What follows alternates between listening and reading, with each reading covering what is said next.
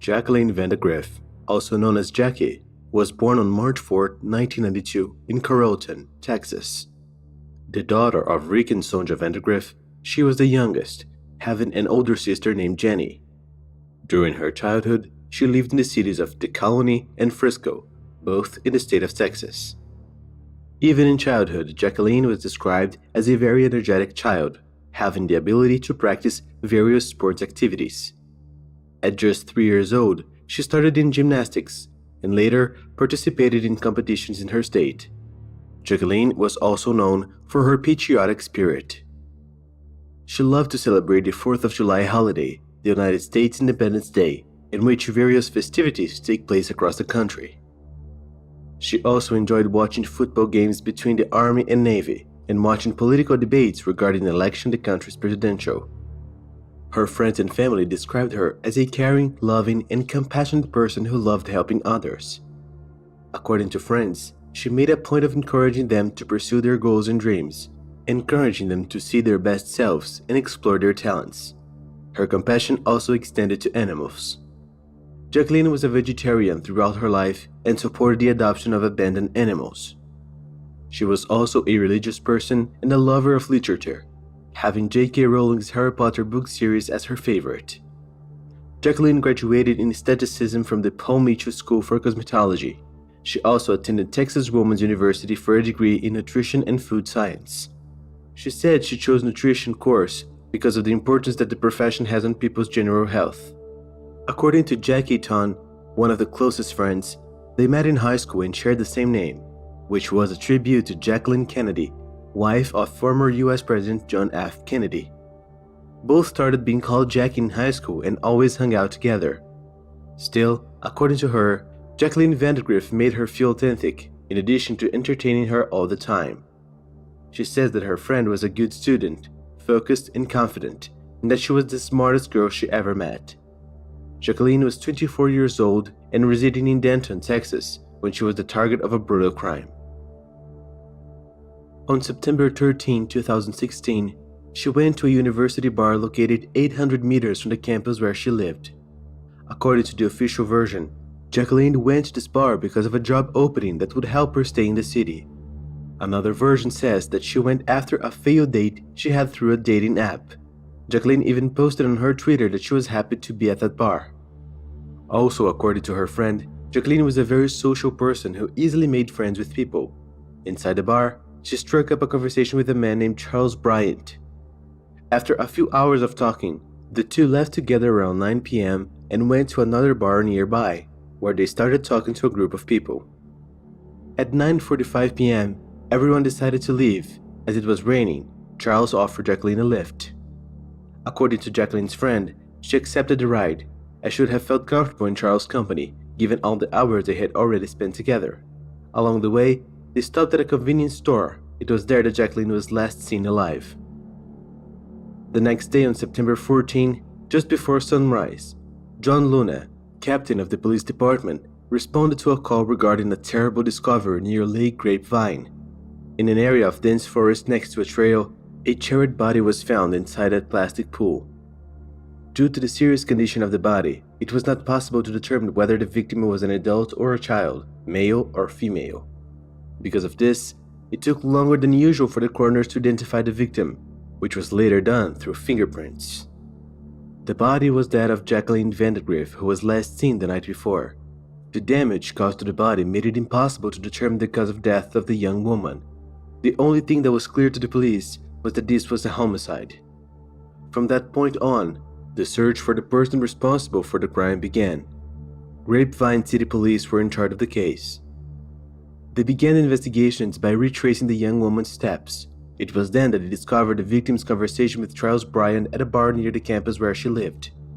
The police requested security camera footage of the place, which made it possible to deduce that they did not know each other before there. Inside the establishment, it was possible to see Charles introducing himself to the young woman, and after talking for a while, the two leave the bar together and go to another bar. Police had access to cell phone records of the two, where it was discovered that they had spent about an hour in a nearby park after leaving the second bar. The two even went to the vicinity of Charles' residence when they left the park. With all these discoveries, the police decided to investigate the life of Charles Bryant. They discovered that he was already in custody for breaking a restraining order his ex-girlfriend had against him. The ex-girlfriend was Caitlin Mathis, and the two dated for a few months the same year, having ended the relationship shortly before Jacqueline's death. In an interview with CBS, Caitlin Mathis said that Charles was constantly trying to win her back and that nothing would work. A few weeks before he met Jacqueline, he made regular and insistent visits to the campus where his ex-girlfriend studied, which led him to being arrested 3 times and placed on a restraining order. According to Caitlin, Charles always gave her flowers, especially when he wanted to apologize for something. They lived about 30 kilometers away from each other, but that didn't stop him from making frequent visits to her trying to get back together. The two met at a restaurant where Caitlin worked as a waitress. She was 18 years old and had just graduated from high school. Charles was 29 years old and worked as a bartender and personal trainer. Also, according to Caitlin, she was attracted to his physique and tattoos, and that the age difference between the two didn't matter to her, but her mother didn't like that and didn't trust the boy either. The young woman's mother said that when she saw the boy for the first time, she felt a bad feeling and that she warned her daughter about him. But Caitlin said he would never hurt her and that he treated her very well. However, it only took a few weeks for the young woman to realize that her boyfriend was not what she thought. He started showing signs of manipulation and narcissism, saying things like, "You'll never find anyone better than me." Caitlin then thought it was best to end her relationship with Charles and walk away from him, and from there, the persecution began. In interviews, Caitlin even stated that Charles wanted to do something bad to her. Despite Charles Bryant being the prime suspect in the crime, the police still had no substantial evidence against him, and he was already in custody for breaking the restrictive order against him. The police decided to question him about Jacqueline Van de Griff.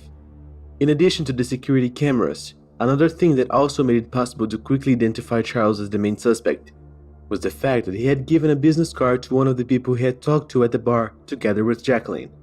Police discovered that the same night, Charles sent several emails to his ex-girlfriend Caitlin. In one of these emails, there was a picture of a tree, followed by the text, "Once upon a time, there was the first kiss under this tree." The photo was taken at Lake Grapevine and may even have been taken on the same day the crime occurred. When talking to Charles, the police got nothing that could help them. He denied all the accusations and claimed not to know who Jacqueline was. It was then that the police decided to call in Jim Holland, a police officer who specializes in interviewing serial criminals, who said he was able to get Charles to confess. Jim kept his promise and made Charles admit that he had been with the victim the night of the crime, but he still didn't fully admit it, saying that Jacqueline had accidentally lost her life when they had intercourse. Jim Holland thought this version was fanciful, and from the way Jacqueline was found, it was clear that it was no accident. For him, Charles took out all of the anger and frustration he had about the ex-girlfriend on the victim. From the day Jacqueline's body was found until Charles' arrest for breaking the restraining order, 4 days passed, enough time for him to get rid of any evidence. But when searching Charles' house, the police found several pieces of evidence of the crime, such as a military knife that probably was used that night, the victim's purse, and a bone from her in the backyard. The police also had access to videos showing Charles shopping for a shove that night, something very suspicious. Also, according to the police, after the crime, Charles took the victim's cell phone and tried to add his ex with Jacqueline's Facebook account.